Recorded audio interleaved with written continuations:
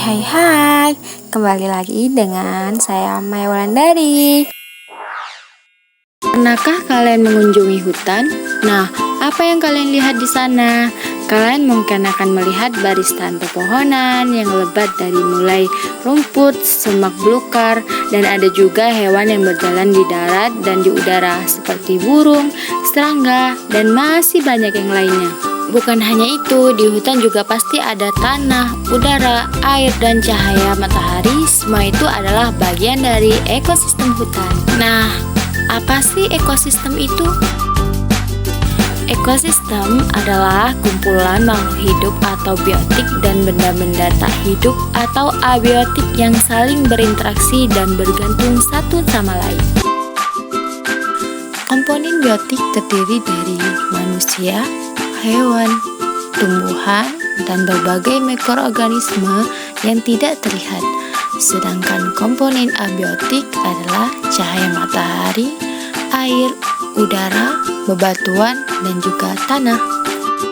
Komponen biotik tersusun dari individu, populasi, dan komunitas. Individu adalah makhluk hidup tunggal, misalnya seekor ikan. Populasi adalah kumpulan ikan individu yang sejenis. Komunitas adalah kumpulan populasi yang hidup di suatu tempat, misalnya dalam suatu kolam terdapat populasi ikan, populasi teratai, dan populasi gangga. Dua jenis makhluk hidup di dalam ekosistem dapat saling berinteraksi satu sama lain. Kompetisi persaingan dua makhluk hidup, misalnya persaingan singa dan hiena untuk merebutkan makanan. Predasi adalah interaksi di mana salah satu makhluk hidup memakan makhluk hidup lainnya. Contohnya singa yang memakan zebra. Simbolis mutualisme adalah interaksi yang saling menguntungkan. Contohnya interaksi antara bunga dan lebah. Bunga untung karena dibantu penyerbukannya, sedangkan lebah untung karena mendapatkan madu dari bunga. Simbolis paratisme adalah interaksi yang merugikan salah satu pihak sedangkan yang lain diuntungkan. Contohnya interaksi benalu dan pohon mangga. Benalu untung karena dapatkan makan dari pohon mangga, sebaliknya pohon mangga rugi karena makanannya diambil benalu. Simbolis komersialisme adalah interaksi yang menguntungkan satu pihak sedangkan pihak lain tidak diuntungkan atau dirugikan. Contohnya interaksi anggrek dan pohon. Anggrek untung karena mendapatkan posisi baik karena menumpang tumbuh di kulit pohon, sedangkan pohon tidak rugi ataupun tidak untung. Interaksi makanan yang dimakan antara makhluk hidup akan membentuk rantai makanan. Rumput adalah produsen karena dapat membuat makanannya sendiri melalui fotosintesis. Rumput dimakan belalang. Belalang adalah konsumen satu atau primer. Belalang dimakan oleh katak. Katak adalah konsumen dua atau sekunder. Katak dimakan oleh ular. Ular adalah konsumen tiga atau tersier. Ular dimakan oleh elang. Elang adalah konsumen puncak karena tidak dimakan lagi oleh hewan lain.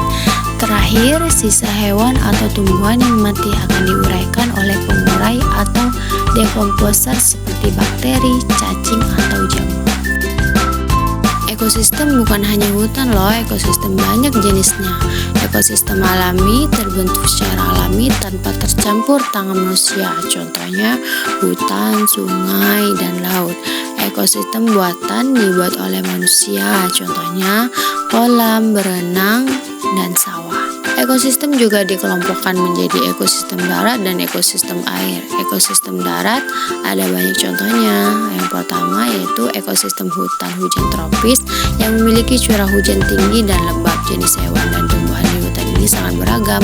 Dua, ekosistem sabana yaitu rumput yang selingi dengan pohon palem. Tiga, ekosistem padang rumput yaitu area rumput yang luas dan selingi dengan semak. 4. Ekosistem gurun atau padang pasir yang kering dan panas. 5. Ekosistem taiga yang biasanya tersusun dari satu jenis tumbuhan seperti camara atau venus. Ekosistem air juga banyak jenisnya loh. Ekosistem air tawar, contohnya danau, kolam, dan sungai. Ekosistem air asin, contohnya terumbu karang dan laut dalam. Ekosistem air payau ada peralihan antara air tawar dan air asin. Contohnya ekosistem warau, sungai, dan teluk pantai. Nah, selanjutnya keseimbangan ekosistem perlu dijaga. Keseimbangan ekosistem dapat terganggu apabila terjadi bencana alam atau aktivitas manusia seperti penebangan hutan, pergunungan ilegal, dan pencemaran limbah. Nah, setelah kalian tahu tentang ekosistem, gimana ya? Semoga kalian menjadi orang yang bijak.